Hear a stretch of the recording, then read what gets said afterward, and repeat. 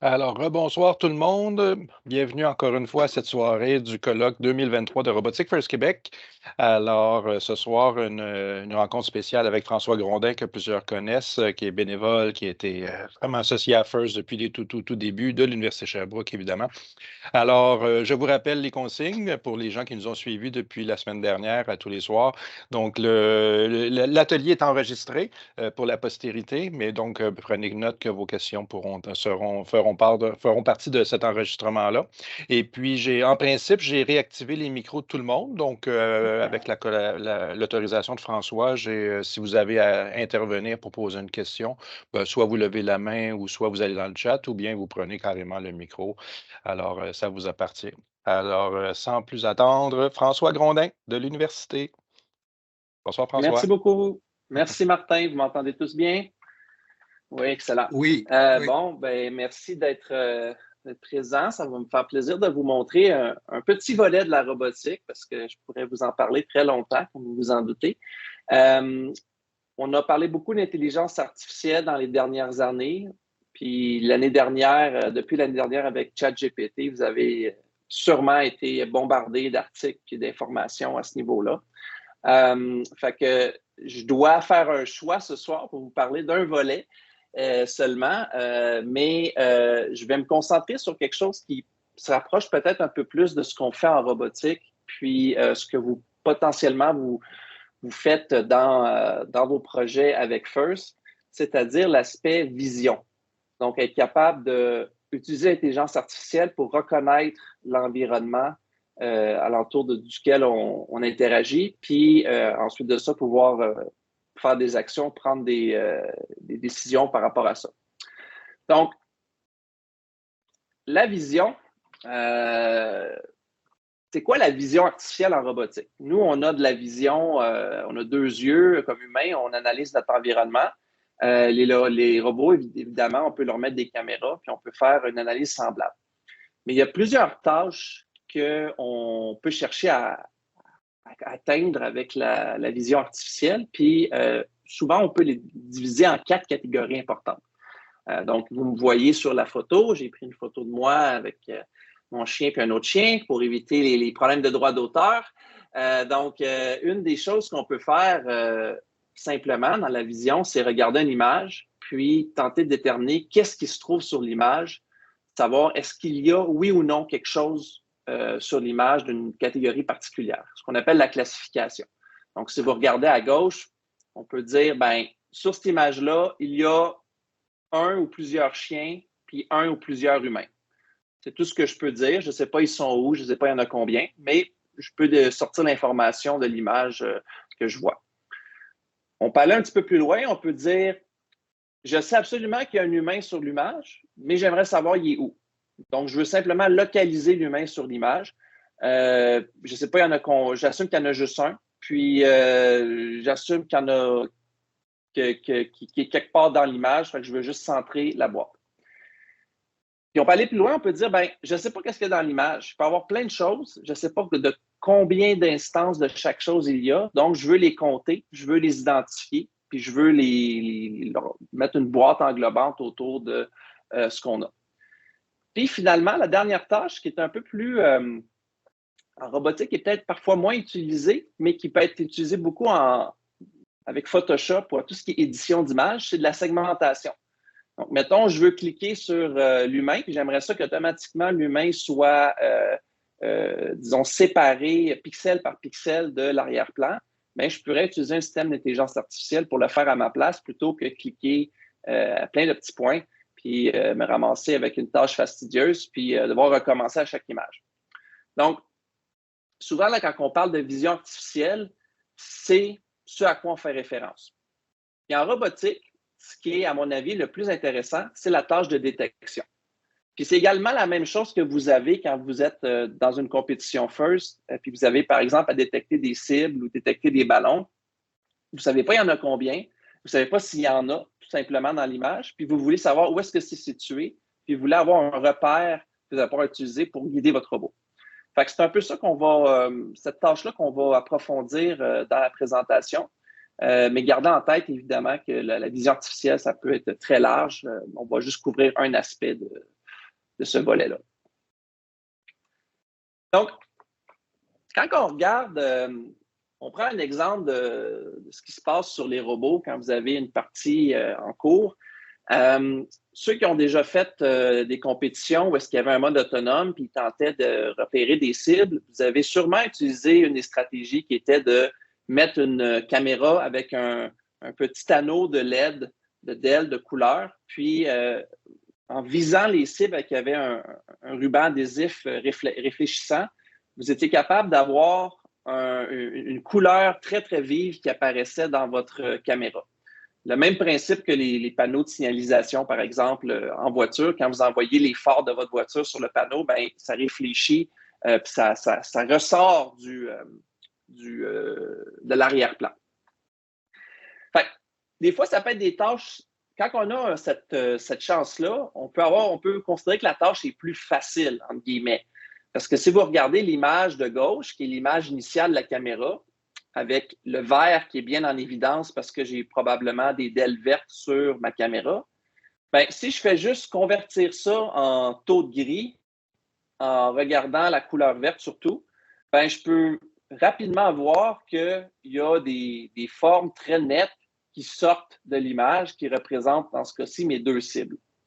Donc déjà, l'analyse d'image pour la vision artificielle, pour détecter une cible, je me donne une chance parce que j'ai extrait moi-même des propriétés intéressantes qui permettent de faire ressortir la cible qui m'intéresse. Puis en fait, traditionnellement, c'est comme ça qu'on faisait de la vision artificielle. Donc, on partait d'une image qu'on avait manipulée, un peu comme celle-ci. Puis après, on balayait des motifs. On essayait de reconnaître des formes sur l'image pour être capable d'en extraire un sens. Donc, imaginez par exemple que j'aimerais d'abord détecter des barres verticales, parce que je sais que ça fait partie de ma cible, que j'ai deux barres verticales puis j'ai une barre horizontale.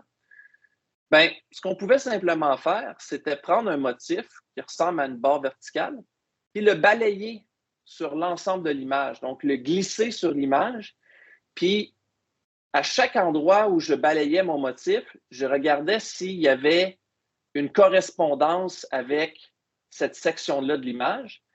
Puis on peut voir, par exemple, que la première section qui est en haut, si je devais faire une multiplication des pixels, bien, j'aurais une bonne correspondance, puis je pourrais avoir une valeur de similitude assez élevée. Par contre, si je devais balayer ce même motif-là sur la cible d'en bas, bien, je n'aurais probablement pas une aussi bonne correspondance, donc je pourrais affirmer que je n'ai pas ce motif-là à cet endroit-là dans l'image. Okay? Donc, traditionnellement, on a commencé par faire des choses comme ça. On est passé d'images qu'on avait fait un certain traitement, puis ensuite, on concevait des motifs pour balayer sur l'image. On se faisait une panoplie de motifs. On pouvait s'en faire de toutes les formes. Puis là, ceux qui faisaient ça, ben, c'était des ingénieurs. Des ingénieurs comme moi, comme mes collègues, comme des gens dans l'industrie. Ils s'assoyaient puis ils essayaient de se dire, si j'étais le cerveau humain, qu'est-ce qui serait intéressant, puis qu'est-ce qui serait des caractéristiques visuelles qui auraient une certaine signification. Fait que là, ils faisaient, par exemple, toutes sortes de motifs. On va faire des lignes verticales, horizontales, on va faire des coins, on va faire des croix, des diagonales, etc. Ils balayaient tout ça un après l'autre sur l'image. Ils recevaient des conclusions de cette étape-là à différents endroits dans l'image où il y avait des correspondances ou pas. Puis là, ils devaient écrire des règles. C'est-à-dire, bon, ben, par exemple, si je voulais détecter la cible ici, ben, peut-être que je pourrais simplement dire, quand j'ai balayé le motif avec la barre verticale, il faut que j'aille une correspondance à gauche et à droite de ma cible. Après ça, le motif avec la barre horizontale, il faudrait qu'il soit activé quand je suis en bas de ma cible.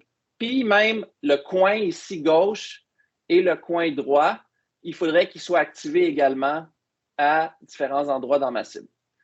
Fait que je pourrais, par exemple, en faisant des règles que je pourrais écrire moi-même, puis je pourrais coder avec un logiciel, que ce soit en langage C, en Java, avec LabVIEW, peu importe, je pourrais faire des conditions pour détecter la cible.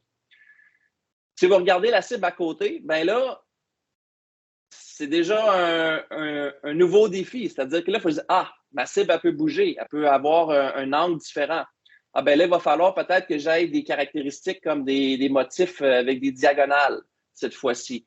Puis peut-être qu'il me faudrait, on ne le voit pas, mais il me faudrait des coins avec un angle aussi. Fait que là, je vais devoir concevoir un autre ensemble de motifs pour être capable de détecter ce cas-là en particulier quand que j'ai un angle différent. Donc, on peut voir rapidement que ça peut devenir très fastidieux. Vous imaginez que là, il faut que je pense à tous les scénarios possibles, puis il faut que je conçoive les motifs, j'écrive des règles, je le teste, je le valide. Là, ça fonctionne. J'essaie à un moment donné avec une autre image. Oups, ça ne fonctionne pas parce qu'il y a des règles auxquelles je n'avais pas pensé initialement. Puis je dois réitérer à plusieurs reprises. Donc, ça devient assez complexe. Puis, dans le cas actuel, ça reste que c'est des formes assez simples qu'on veut détecter. La cible est assez facile à identifier. Ce n'est pas une forme très complexe. Maintenant, le robot, lui, peut-être dans First, il est dans un aréna, puis il y a des cibles bien identifiées, mais dans la vraie vie, si on veut avoir des robots qui interagissent dans nos environnements, on n'aura pas des cibles partout au sol, sur les murs, on n'aura pas des repères visuels qui sont faciles à identifier. Ça va être des repères visuels qui correspondent à ce que nous, les humains, on voit dans notre quotidien. Donc, je reviens à ma petite image. La cible qu'on avait, les deux cibles, c'est relativement facile. Par contre, l'image de moi avec les deux chiens, il n'y a pas de forme précise, peut-être sur mon manteau, que là, il y a une certaine forme avec des motifs, mais comment qu'on définit à quoi ressemble un humain en règle? C'est très difficile. On va dire, il y a des yeux, un nez, une bouche. D'accord, mais un nez, une bouche, comment ça caractérise ça? Il y a des dents, on commence à essayer d'écrire des règles. Ça peut devenir assez difficile. La même chose pour les chiens. Les chiens ont toutes sortes de couleurs, toutes sortes de tailles. On arrive à un stade où on se dit, on ne peut pas faire les règles nous-mêmes. On ne peut pas simplement utiliser de l'ingénierie pour créer notre modèle de vision. Il faut avoir une autre approche. Et c'est là qu'on a l'approche des réseaux de neurones, de l'apprentissage profond, l'intelligence artificielle. C'est tous des termes que vous avez sûrement entendus à différentes reprises. C'est qu'on va se dire, au lieu d'avoir à écrire nous-mêmes les règles, on va présenter plein d'exemples à une fonction mathématique, puis on va tenter d'optimiser la fonction mathématique pour qu'elle soit en mesure de nous prédire ce qui se trouve dans l'image. Donc, c'est un autre paradigme. Au lieu d'avoir des règles écrites, on se dit, on ne connaît aucune règle, mais on va donner tellement d'images à notre système qu'il va finir par être capable de lui-même apprendre c'est quoi qui est important. Puis l'exemple que je peux vous donner avec ça, c'est que quand vous avez appris, quand vous étiez très jeune, vous avez appris à parler, vous avez appris à analyser votre environnement, il n'y a personne qui s'est assis et qui vous a écrit des règles, vous dire, ce que tu vois devant toi, c'est une porte. Ce que tu entends, là, c'est la télévision. C'est toutes des choses que vous avez observées, puis éventuellement, vous avez tellement été exposé que votre cerveau a fait des liens pour être capable de comprendre qu'il y avait des relations entre ce que vous perceviez et ce qui était dans votre environnement. C'est un peu la même approche ici, c'est qu'on va bombarder le réseau qui est en train d'apprendre d'exemples, puis on va le guider dans son apprentissage pour qu'il soit capable de faire des liens. Donc, par exemple, une des tâches très, très de base qui a été faite en vision au tout début, quand on s'intéressait à la problématique, c'était de reconnaître des chiffres écrits à la main. Pourquoi que le gouvernement américain a déployé autant d'efforts à tenter de reconnaître des chiffres à la main? C'est en grosse partie à cause de la poste américaine. La poste américaine, vous avez les codes ZIP, qui sont 5 chiffres, puis ça nous dit dans quelle section du pays la lettre doit aller.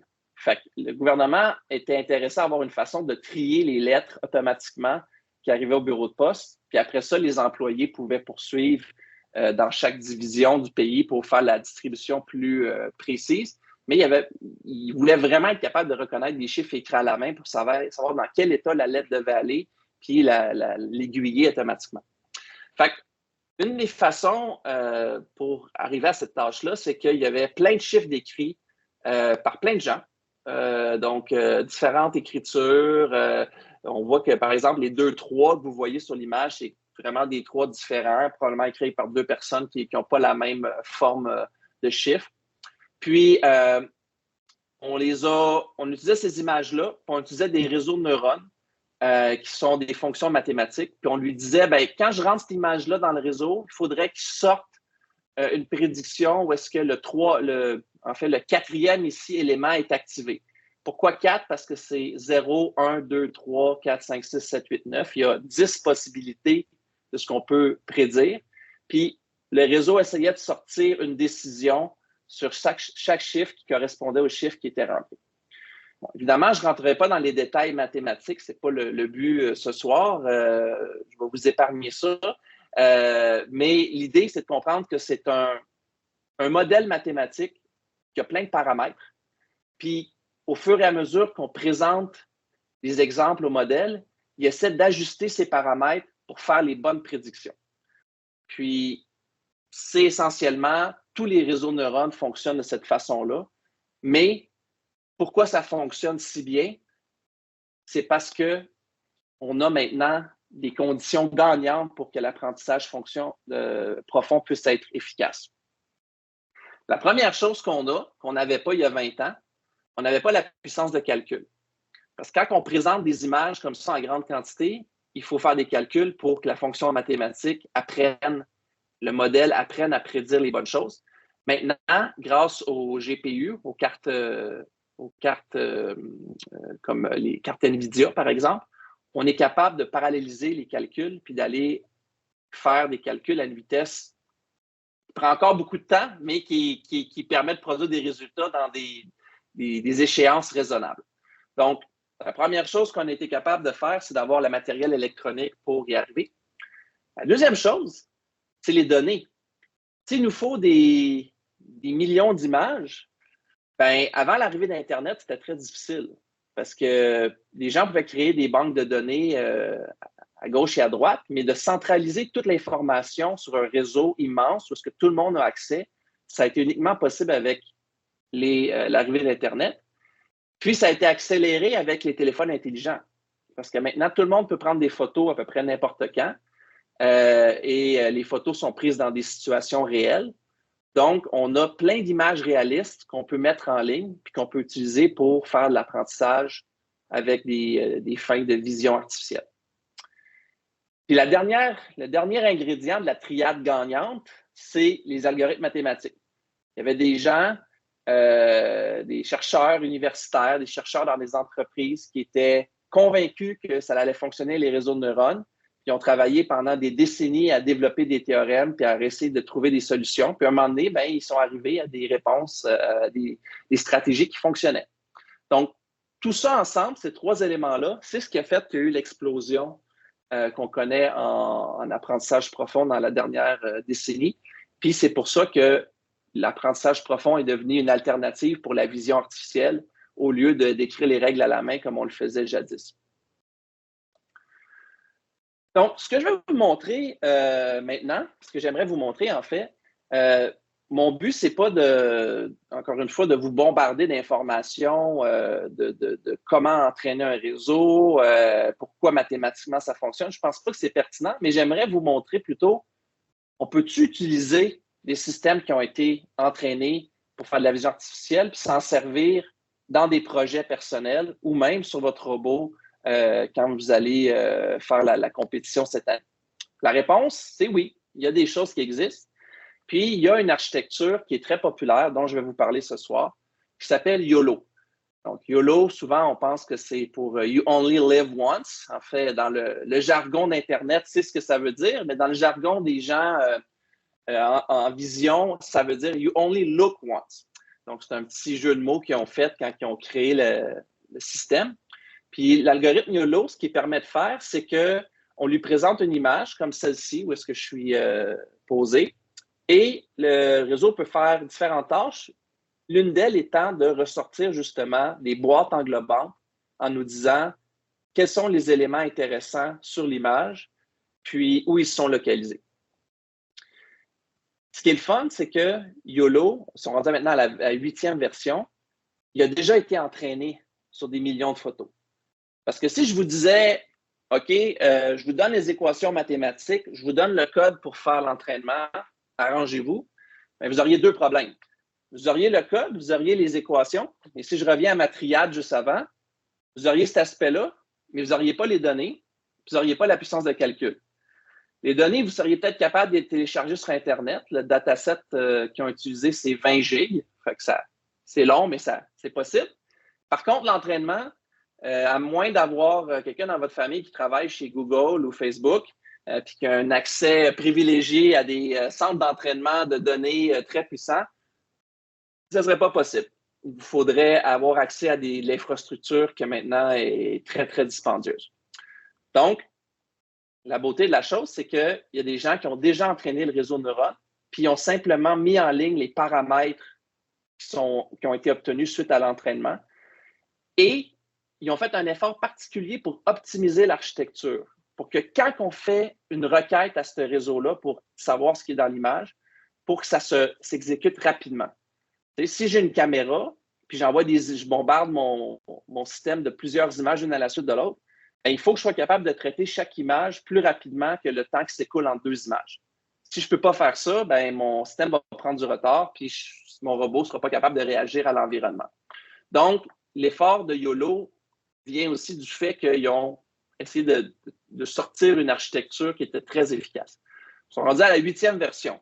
Donc, ce n'est pas une tâche facile, mais ils sont de plus en plus performants. Donc, si ça vous intéresse, si c'est quelque chose, moi, j'aimerais ça l'essayer puis le faire marcher. La bonne nouvelle, c'est que vous pouvez le faire même ce soir après la présentation. Je vais vous montrer comment faire. La première chose qu'on peut faire si on veut jouer avec ça, c'est installer Python sur notre environnement. Bon, il y en a peut-être parmi vous qui l'ont déjà fait, qui sont des très bons en Python. Il y en a d'autres peut-être pour qui c'est tout à fait nouveau. La meilleure façon de commencer, c'est d'installer un IDE, qui est un environnement de développement qui va vous permettre de jouer avec ça. Moi, je recommande PyCharm. Il y a des gens qui vont utiliser Visual Studio. Mes étudiants utilisent PyCharm parce que c'est facile. Moi, dans mon travail, absolument, je n'utilise pas d'IDE, j'utilise le terminal directement. C'est vraiment une question de préférence. Mais si vous allez sur le site que vous voyez ici en ligne, vous pouvez le télécharger et il est disponible pour les 3 systèmes d'opération. Moi, je suis sur Mac, il y en a sûrement beaucoup qui sont sur Windows, il y en a peut-être des cracks qui sont sur Linux, mais vous avez les 3 options possibles. Puis, vous faites juste attention, vous ne prenez pas le professionnel, qui est un essai de 30 jours, vous descendez, puis il y a une version communauté qui est gratuite, qui est open source. Puis elle, vous avez pas mal l'essentiel des fonctions du professionnel, mais vous pouvez l'utiliser comme vous le désirez, puis il n'y a pas d'expiration après 30 jours, vous devez payer. Donc, une fois que vous installez ça, vous avez ça sur votre machine, vous l'installez sur Windows, Mac, Linux, peu importe. Vous allez créer un nouveau projet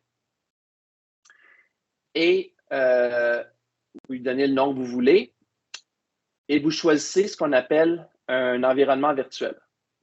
Donc, l'environnement virtuel, c'est, en des termes simples, c'est l'endroit où votre projet va installer les librairies nécessaires pour exécuter le code que vous allez lui donner. Donc, c'est une stratégie qui est utilisée beaucoup dans l'environnement Python. Vous n'avez pas trop à vous en soucier, mais il faut juste vous assurer que c'est quand vous créez votre projet, vous avez bien choisi cette option-là, puis vous le créez. Et là, vous allez avoir une fenêtre, vous allez pouvoir écrire votre code de programmation pour utiliser le système YOLO. Python, c'est très facile d'utilisation, à mon avis, parce qu'il y a des belles librairies qui sont déjà faites pour nous. On n'a pas besoin de se casser la tête à configurer des choses, à compiler du code. C'est très rapide d'avoir un résultat tangible. Le code que je vous fournis ici, qui est 13 lignes de code, ça nous permet d'utiliser le YOLO puis de voir des résultats immédiatement avec les modèles de vision artificielle. C'est quand même pas pire.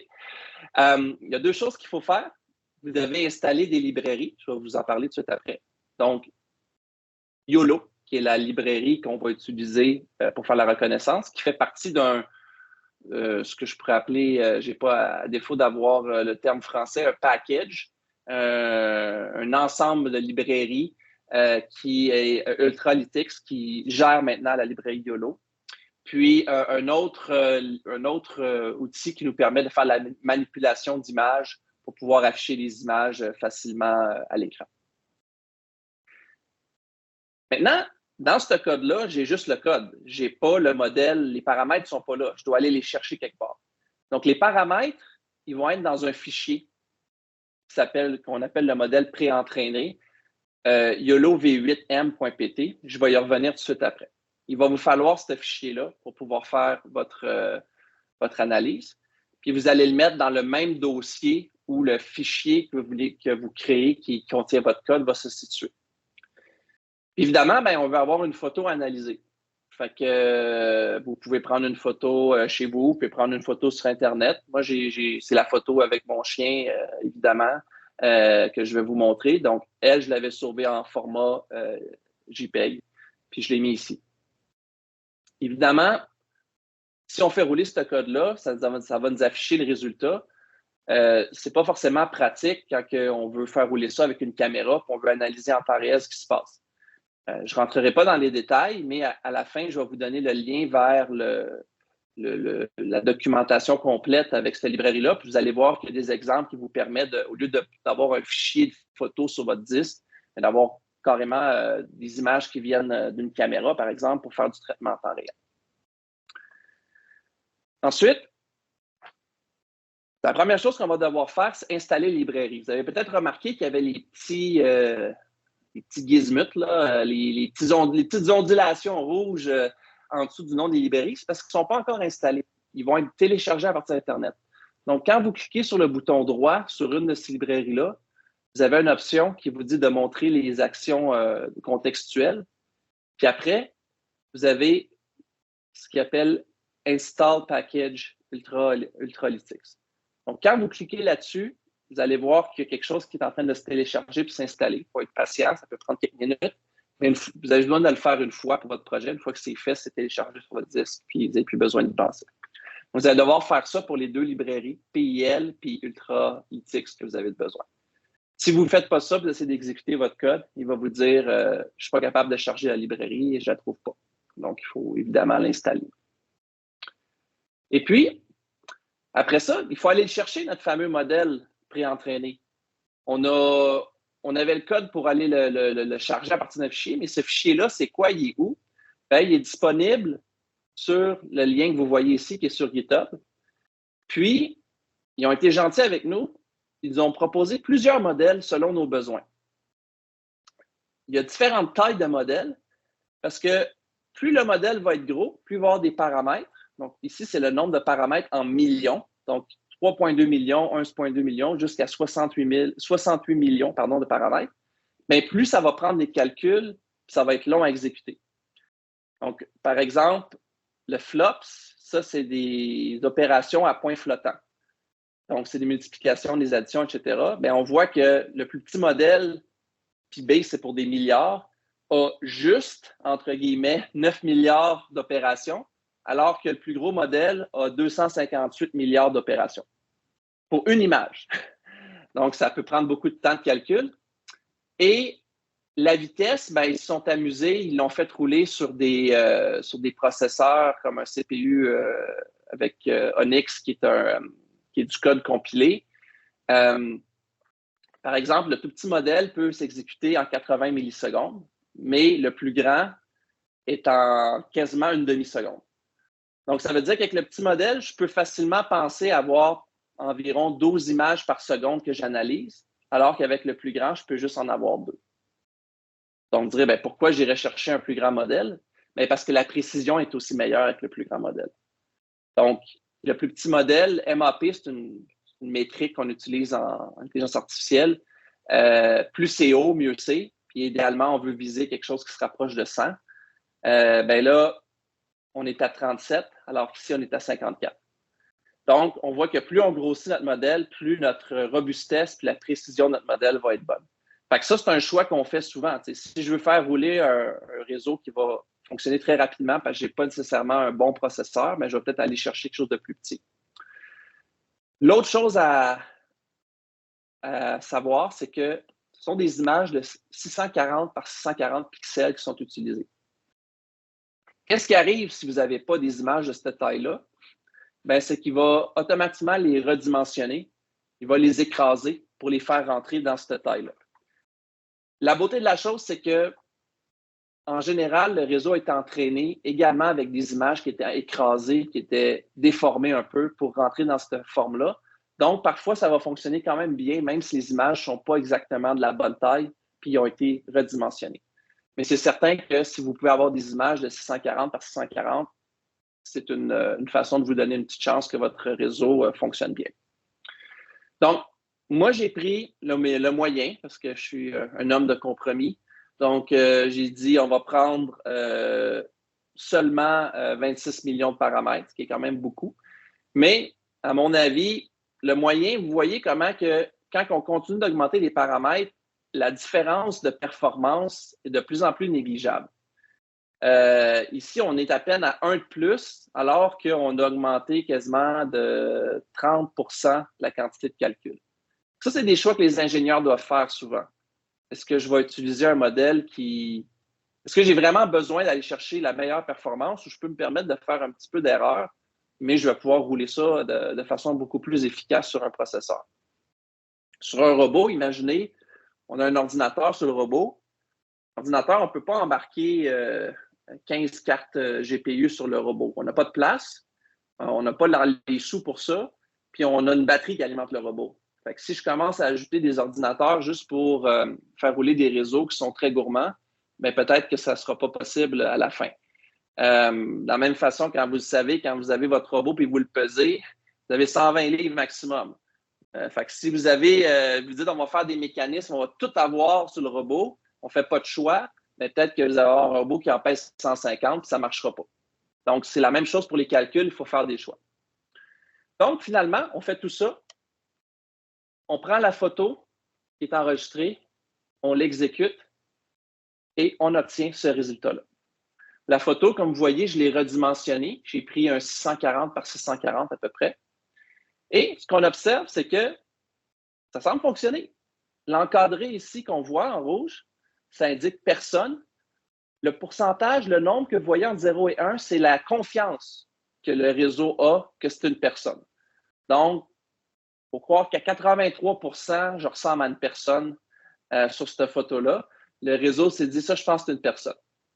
Mon chien, 85 %, mais remarquez comme c'est intéressant, il n'est pas allé chercher il manque la moitié de mon chien. Il a juste pris le devant. Pourquoi c'est arrivé, ça? Ça, c'est la grosse interrogation avec l'apprentissage profond, c'est qu'on ne sait pas c'est quoi qui se passe dans le réseau de neurones. C'est des millions de paramètres qui font des calculs.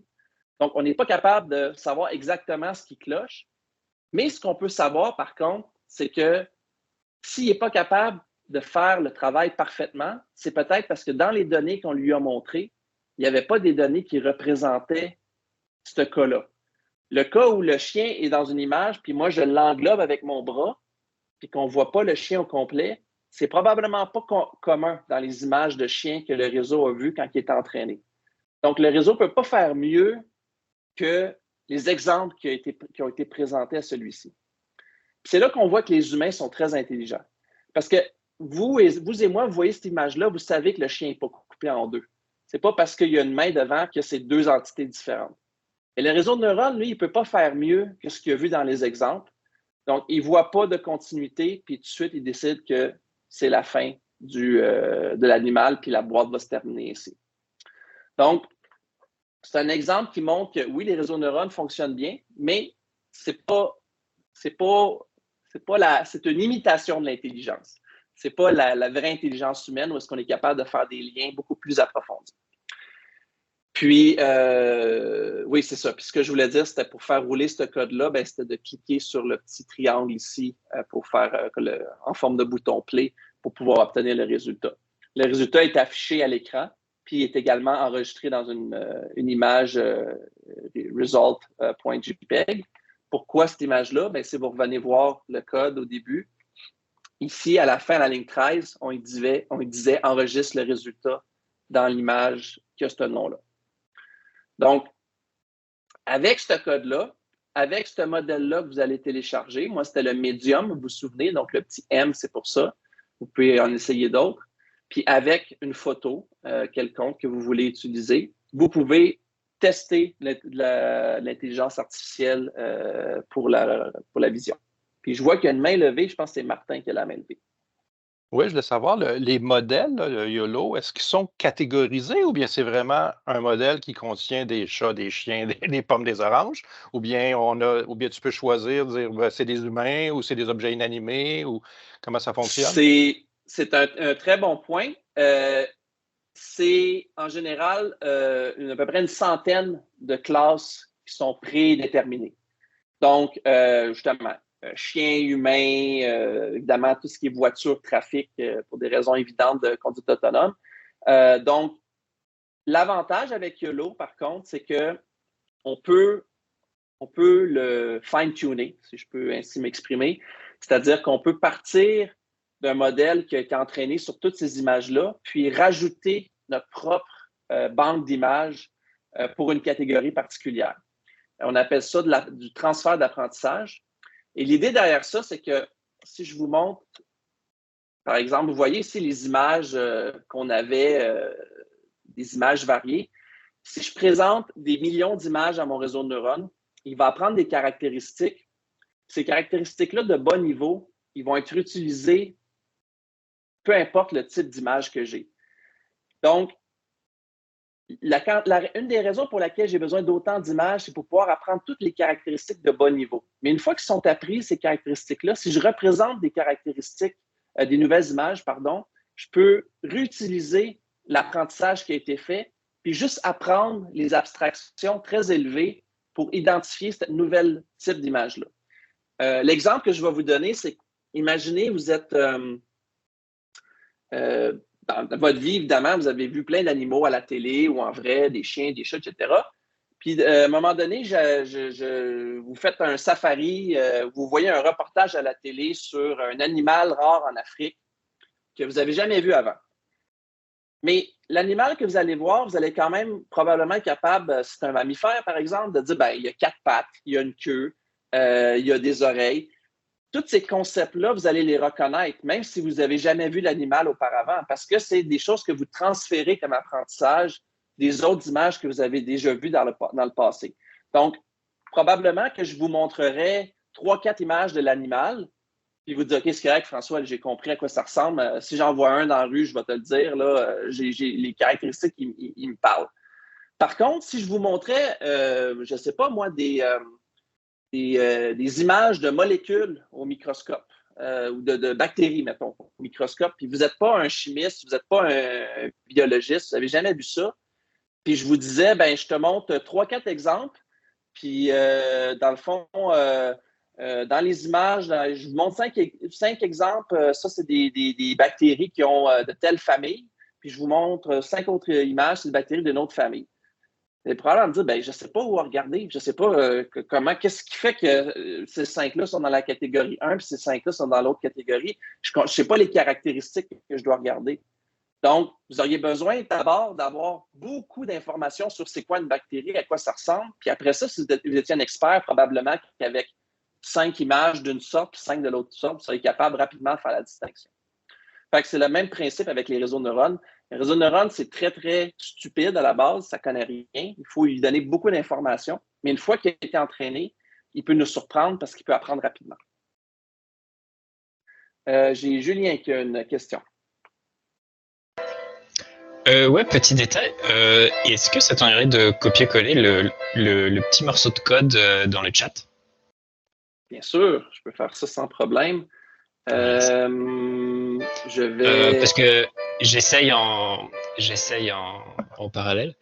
Un truc que je me suis rendu compte, par exemple, c'est qu'il faut spécifier la dernière version de Python, c'est 3.12, puis Ultralytics ne fonctionne pas avec Python 3.12, là, fait qu'il faut sélectionner Python 3.10 quand on crée le projet. OK. Bon, merci de la. Moi, tu vois, j'ai pas fait la mise à jour de mon Python. Fait que je vais prendre le code, je vais l'ouvrir. C'est fort probable que je mets ça dans le chat tout de suite. Et voici. OK. Parfait. Merci. Donc, ça fait plaisir. Et donc, en fait, j'avais pratiquement terminé. Fait qu'on je pense que les questions vont arriver justement. Donc, si on résume, OK, juste ce que je voulais vous montrer aujourd'hui. Intelligence artificielle en robotique, j'aurais pu vous parler de ChatGPT, j'aurais pu vous parler de l'audio, qui est mon domaine de recherche, mais je trouvais que la vision, c'était un bon point de départ, surtout qu'on en fait dans FIRST déjà. La vision que les formes simples, ça peut se faire avec des méthodes classiques, comme on a dit, écrire les règles nous-mêmes. Puis essentiellement, dans certaines librairies que FIRST met à votre disposition, c'est des algorithmes classiques qui sont utilisés pour détecter des cibles. On peut le faire parce que les cibles, c'est des formes simples qui ressortent de l'image avec les bandes réfléchissantes. Par contre, dès qu'on arrive dans la vraie vie, entre guillemets, la vision des images complexes, là, il faut l'apprentissage profond. On a essayé pendant des décennies de faire des règles, ça ne marchait pas. Puis en 2012, quand il y a eu AlexNet, qui était le premier réseau de neurones convolutif qui a vraiment bien fonctionné, c'est là qu'on a vu que la solution passait par ça. Donc, c'est la façon de faire depuis. Et on a la chance d'avoir des réseaux pré-entraînés. Je vous encourage, YOLO, c'en est un. Il y a d'autres sortes de réseaux qui sont disponibles aussi. La beauté de la communauté, c'est que c'est très à code source ouvert. Vous pouvez aller chercher les modèles avec les paramètres déjà disponibles. Puis maintenant, avec Python, ça va très bien. C'est très facile. Donc, vous n'avez pas à vous casser la tête. Ce que je vous ai montré sur YOLO, il y a un site web, en fait, le site de Ultralytics qui fournit justement le code et c'est ça, les modèles entraînés. Il y a beaucoup d'exemples sur ce site-là. Donc, si je fais rapidement ultralytics.com, ça peut c'est ultralytics docs avec un S, ça va aller mieux. Comme ça. Vous voyez, il y a pour différentes tâches, mon écran est peut-être un peu grand, là, je peux juste zoomer. Vous avez différentes choses que vous pouvez faire. Donc, la détection, comme je parlais, voir les personnes, les cônes, la segmentation, être capable de faire le contour un peu à la Photoshop, de la classification, juste savoir qu'est-ce qu'il y a dans l'image. C'est une personne, il y a un tripode, puis il y a une veste de sécurité. Puis même estimer les poses, quelqu'un qui court, savoir où sont ses articulations, ses bras, etc. Ils ont des modèles de pré-entraînés pour ça. Il y a des vidéos qui vous expliquent. Malheureusement, c'est en anglais, mais vous pouvez mettre la traduction si c'est plus difficile. Vous avez même, pour ceux qui qui voudraient s'aventurer, il y a moyen de réentraîner les modèles. Donc, fine-tune your model on custom dataset. Donc, on pourrait penser, mettons, faire du pouce sur la question de Martin. Moi, je m'intéresse vraiment à détecter, mettons, si c'est un robot dans l'alliance des bleus ou l'alliance des rouges, mettons. Puis là, je veux avoir un réseau de neurones qui fait ça. Ben, peut-être que si j'ai, je sais pas, quelques centaines de photos de compétition dans le passé où on voit bien les bumpers, ben, je pourrais faire un entraînement à partir de YOLO puis avoir des résultats rapidement. Il explique ici comment le faire. Je ne rentrerai pas dans les détails, c'est toutes des choses, mais c'est vraiment bien. Il y a du code, il y a des exemples. C'est fait là, pour que vous vous amusiez. Puis il y a même des ensembles de données.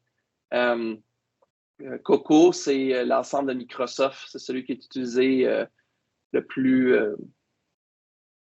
un de ceux qui est populaire, je devrais dire. Là. Tu vois, c'est 200 000 images dans ce cas-ci. Mais il y en a même que c'est des, mettons, très spécialisés, là, des photos de la tête de plant de blé. Pourquoi? Ben, c'est parce que des fois, ils veulent pouvoir prendre des photos en agriculture pour déterminer si une plante est en santé ou pas, puis ils veulent automatiser ça. des drones qui ont pris des séquences, puis on veut être capable d'analyser ce qu'on voit au sol avec les drones. Fait que c'est plus les données qui manquent de nos jours. Puis, par exemple, si je vais ici, bon, ça, c'est des vêtements, par exemple. ImageNet, là, pardon, c'était ça là je voulais. ImageNet, c'était celui qui était utilisé au tout début dans les grosses compétitions de reconnaissance d'images. C'était des datasets d'ImageNet qu'on utilisait. Fait que c'est un dataset très connu. J'ajouterais une dernière chose, c'est que des fois, l'inconvénient avec ces photos-là, je vais zoomer, mettons, je ne sais pas, je suis au maximum. Bon, c'est peut-être pas très facile à voir, là, mais si vous regardez certaines des images, là, souvent, c'est des images qui sont prises par des photographes. Okay? Des photographes professionnels. Ici, par exemple, on voit un genre de tracteur avec un fond blanc. Quand est-ce dans la vraie vie, vous avez un tracteur avec un fond blanc comme ça? Jamais. Quand est-ce que vous avez une belle photo d'un chien qui a un éclairage parfait? Très rarement. Fait que ImageNet était important pour commencer à développer des méthodes d'entraînement puis des engins de reconnaissance, mais ce qu'on a vite réalisé, c'est que quand on essayait de faire fonctionner ça dans la vraie vie, c'était plus ou moins efficace parce qu'il y avait ce qu'on appelle une différence de domaine. Donc, on avait d'un côté, on avait entraîné avec des photos professionnelles de photographes, puis après ça, on lui envoie des photos prises avec des téléphones, avec des éclairages un peu flous, où est-ce que l'objet n'est pas nécessairement mis en évidence, il y a d'autres choses autour. Fait que ça ne fonctionnait pas si bien que ça. Donc, une des parties du travail en deep learning, c'est créer des ensembles de données très réalistes. Ce n'est pas la partie la plus fun, je vous dirais. Mais c'est la clé souvent du succès, c'est d'avoir des données de qualité. C'est également pour ça que les gros joueurs comme Google, Facebook, etc., sont aussi bons dans ces tâches-là, c'est parce qu'eux autres, ils ont les données. Toutes les images, les photos que vous mettez sur Facebook, soyez assurés que ça vaut de l'or pour ces compagnies-là. La même chose avec Google, quand ils indexent tout le web, ils ont l'accès à toute l'information pour entraîner leur réseau. Donc, ça fait le tour. J'essaie de garder ça light. Je ne voulais pas vous donner un cours de deep learning. Je ne pense pas que c'était le but ce soir, mais je voulais quand même vous montrer que c'est plus accessible qu'on pourrait croire. C'est vraiment facile puis c'est gratuit. Fait que amusez-vous avec ça. C'est ça le mot d'ordre ce soir. Julien, tu as une question, je crois? Ouais, ça c'était en Python. Est-ce que le modèle, on peut le charger en Java et utiliser ça en Java aussi? Je ne sais pas. J'aurais tendance à croire que non, parce que Python est vraiment utilisé. En fait, Python et C++, c'est vraiment les deux langages, je dirais, en ce moment où est-ce que le deep learning est vraiment utilisé. Souvent, le C++ en plus, l'avantage, c'est que c'est compilé, fait que ça va un petit peu plus vite. Python, maintenant, utilise avec PyTorch, utilise les GPU, donc c'est CUDA en dessous qui roule. Écoute, c'est peut-être possible, mais ça demanderait, je pense, un travail assez important. Donc ça roule pas sur le robot Rio, genre? Non. Puis en toute honnêteté, je ne crois pas que le robot Rio serait capable de faire le traitement en temps réel pour ça. Okay. Si vous voulez avoir un réseau de neurones qui roule sur votre robot, moi, j'aurais tendance à dire prenez un Raspberry Pi, mettez Python dessus ou mettez TensorFlow, faites rouler ça, puis faites parler votre Raspberry Pi avec votre robot Rio. Ok, donc il faut rajouter un petit serveur qui va. Ouais. Ok. Ouais, puis les Raspberry Pi, ben là, Nano. Comment? Un Raspberry Pi, voire un Jetson Nano. Oui, si vous êtes assez courageux pour configurer du hardware de NVIDIA, allez-y fort. Les Jetson Nano sont durs à configurer. Mais c'est vraiment très bien. Mais avec le Raspberry 5 maintenant, là, qui est sorti en octobre, là, pour vrai, là, ça commence à être impressionnant là, ce que cette petite carte-là peut faire. Là. Fait que pour des modèles là, comme YOLO, Nano, d'après moi, ça peut rouler sans problème dessus. Je pensais que j'avais vu une main levée, mais ça a l'air que... Est-ce qu'il y a des exemples dans la communauté justement de petits serveurs, puis comment on fait communiquer le Roborio avec un Raspberry Pi, parce que C'est une bonne... c'est un peu complexe pour des élèves Oui, à faire. c'est une bonne question. Moi, je ne l'ai jamais fait. Maintenant, ça fait plusieurs années que malheureusement, je ne suis plus mentor, donc je vous avouerai que j'ai moins joué avec les dernières itérations du robot Rio là, comme mentor et avec les étudiants. Je sais qu'il y a des équipes qui le faisaient, les faire parler ensemble. Là, c'est quoi le protocole? C'est une excellente question.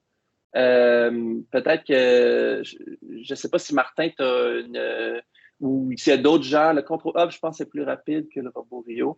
Peut-être Andy. D'ailleurs, Andy, je pense que tu as fait beaucoup de développement sur le robot Rio. Il me semble que tu avais fait des présentations par le passé, si ma mémoire est bonne. Peut-être tu aurais des précisions. Je ne sais pas si tu es au courant. J'ai jamais essayé machine learning sur Roborio. La raison est simple. Je pensais tout le temps, OK, qu'est-ce que je vais enseigner aux enfants? Puis, à chaque fois, la réponse, je pense, c'est si j'implémente machine learning, ce serait, OK, bon, ben, mes étudiants, il faut passer une semaine à labeler des images. Je n'avais pas le cœur pour ça pendant une saison, donc on n'a pas fait encore.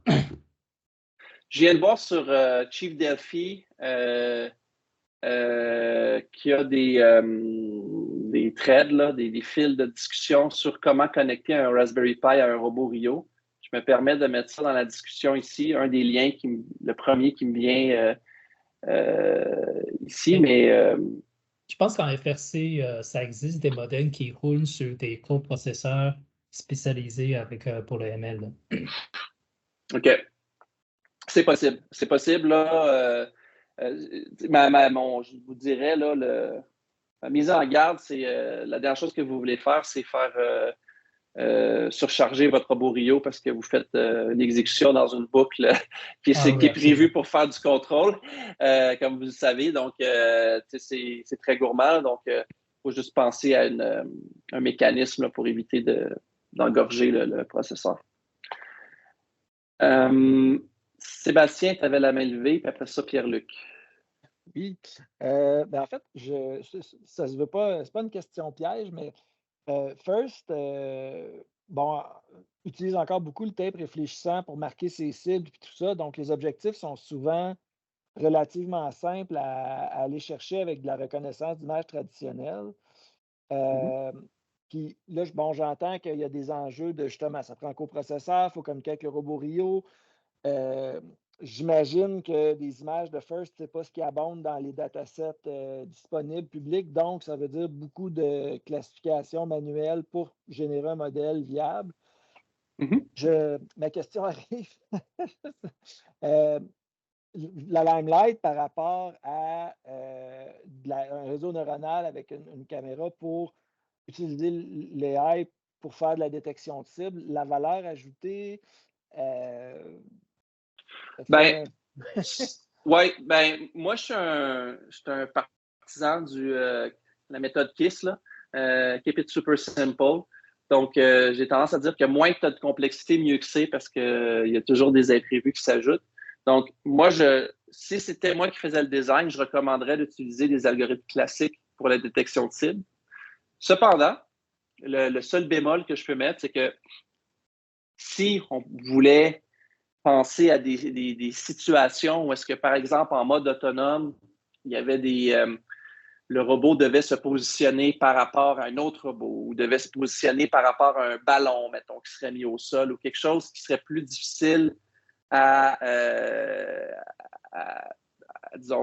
coder manuellement, ça pourrait être intéressant.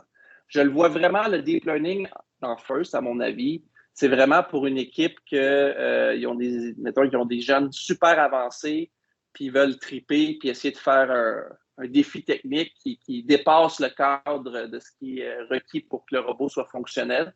Ça peut être une avenue. Mais en sachant très bien qu'on a un temps limité et qu'on a déjà beaucoup de tâches à accomplir, c'est sûr que ce n'est pas quelque chose que je mettrais de l'avant comme solution parce que ça peut s'enliser là, rapidement. Puis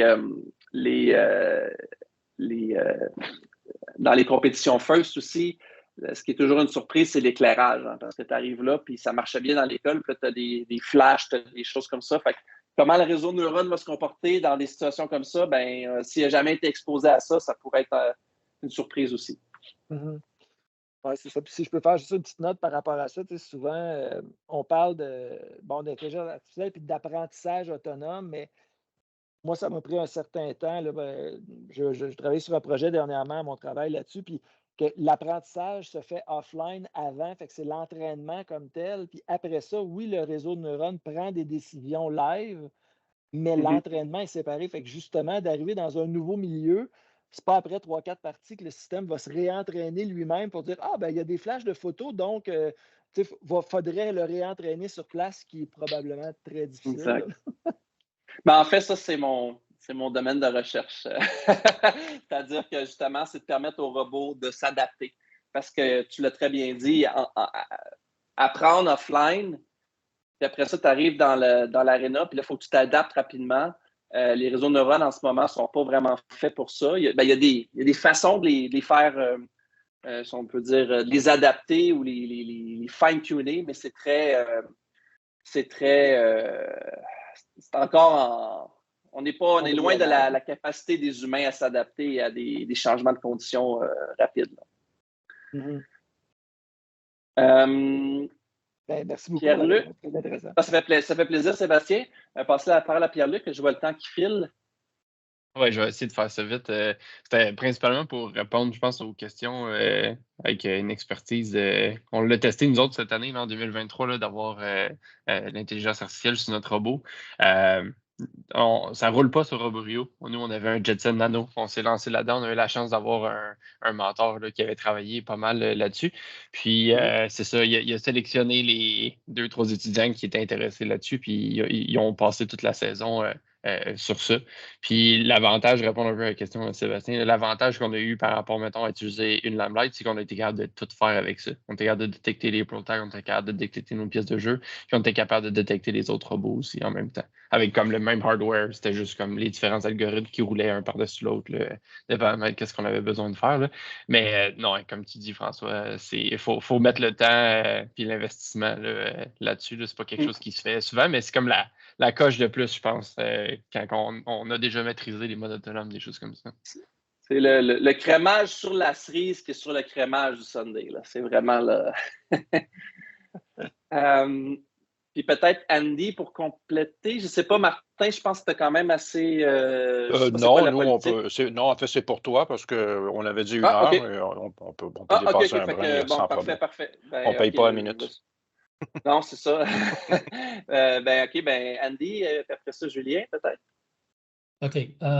Merci. Pour le jeu avec l'espèce de target en rectangle, un peu comme ça, c'était quoi? Ça, c'était Forteresse, hein? Je pense que c'était en 2016. Oui, je pense que c'est ça. Un target comme ça, quand on regarde, c'est pas juste une question de le localiser, puis il faut aussi calculer l'angle, la perspective qu'on fait avec ce target. Est-ce qu'il y a moyen d'entraîner réseau neuron pour nous donner pas juste où il est dans l'image, mais quel angle il fait? La réponse courte, c'est oui, il y a moyen. Est-ce que YOLO le fait? Je ne le sais pas. Mais il y a des réseaux justement en vision dont le but est de justement estimer ces angles-là, donc un peu le plan de caméra par rapport à un objet. Oui, ça se fait. Est-ce que là, la version 8 de YOLO, j'ai l'impression que vu qu'ils veulent garder ça quand même assez dense, puis je ne suis pas sûr qu'ils sont dans des applications aussi avancées, mais il y a d'autres réseaux qui le font. Ça, c'est clair. OK. Merci. Julien? Oui, justement, j'étais curieux, Pierre-Luc, c'est quoi le modèle que vous avez utilisé pour votre expérimentation 2023? Méchante bonne question. Je pense que je suis pas assez creux dans le domaine pour répondre à ça. Désolé. Pas de problème. Moi, si j'avais à gager, je dirais YOLO. Pour vrai, là, c'est comme 95% des applications, c'est YOLO qui est utilisé. Ouais. Parce que c'est rapide, puis c'est quand même assez bon. Mais En fait, je pense que je vais être vraiment décevant là, dans ma réponse, mais justement, le mentor qui s'occupait de ça, il nous avait amené des trucs de R&D là, de sa compagnie. Là. Fait que, ça, c'est Stéphane, ça, Pierre-Luc, j'imagine? Oui. OK, c'est ça. Stéphane travaille pour une compagnie qui fait des systèmes embarqués dans des caméras pour faire de la reconnaissance d'images à même la caméra. Fait que ça tombe un petit peu dans son carré de sable, si je peux dire ainsi. Andy? Je ne sais pas si c'est la main de tantôt ou si c'est une nouvelle main. C'est une vieille main. Ah, c'est une main morte. Alors, Bon. une dernière chance, poser une question. Peut-être une dernière pour François. Mis à part justement des modes autonomes, des reconnaissances de cibles, qu'est-ce que tu penses qui est l'avenir de FRC avec l'intelligence artificielle? Qu'est-ce que tu penses qui va être la prochaine étape avec cet outil-là? Ben, moi, je verrais, par exemple, tu sais, ce que j'appellerais comme de l'aide à la conduite, c'est-à-dire que des fois, les jeunes, ils conduisent je suis toujours impressionné là, parce qu'ils sont vraiment bons sur la conduite du robot, mais ça reste que des fois, le robot va se coincer dans un coin du jeu où, tu sais, il y a, mettons, un obstacle à passer cette année-là, puis l'obstacle est tout le temps difficile. Ben, moi, je verrais des équipes qui auraient comme une séquence. Il y aurait certaines séquences qui permettraient au robot de s'aligner, mettons. Il faut que tu sois, je sais pas, parallèle à la bande sur le côté pour passer cet obstacle-là. Fait qu'il détecte la surface puis il se place correctement. Fait que, un peu comme les voitures que vous avez en ce moment, les plus récentes. Mettons, tu continues l'autoroute, puis là, à un moment donné, tu t'endors, puis tu commences à changer de voie. Hop, il détecte qu'il y a une ligne, puis il te ramène. Fait que, moi, je verrais des choses comme ça, des équipes qui auraient de l'aide au pilotage pour des endroits où est-ce que la vision à partir du poste de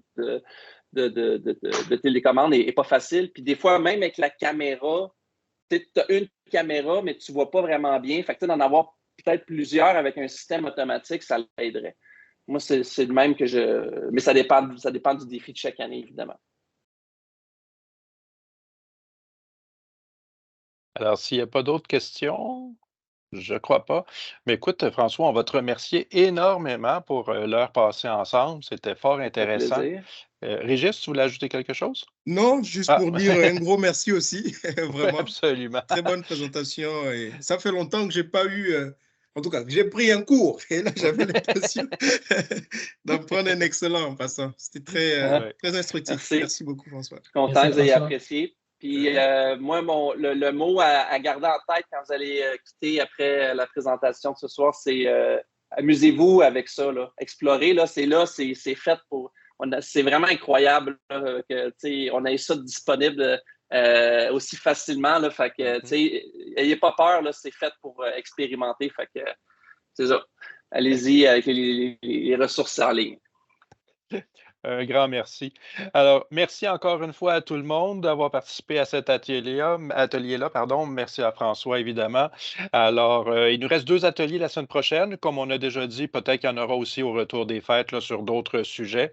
Alors, si on ne se revoit pas, je vous souhaite évidemment de très joyeuses fêtes tout le monde. On se revoit bientôt. Merci. Bonne fin de soirée. Merci. Bye-bye. Bye bye. Bye.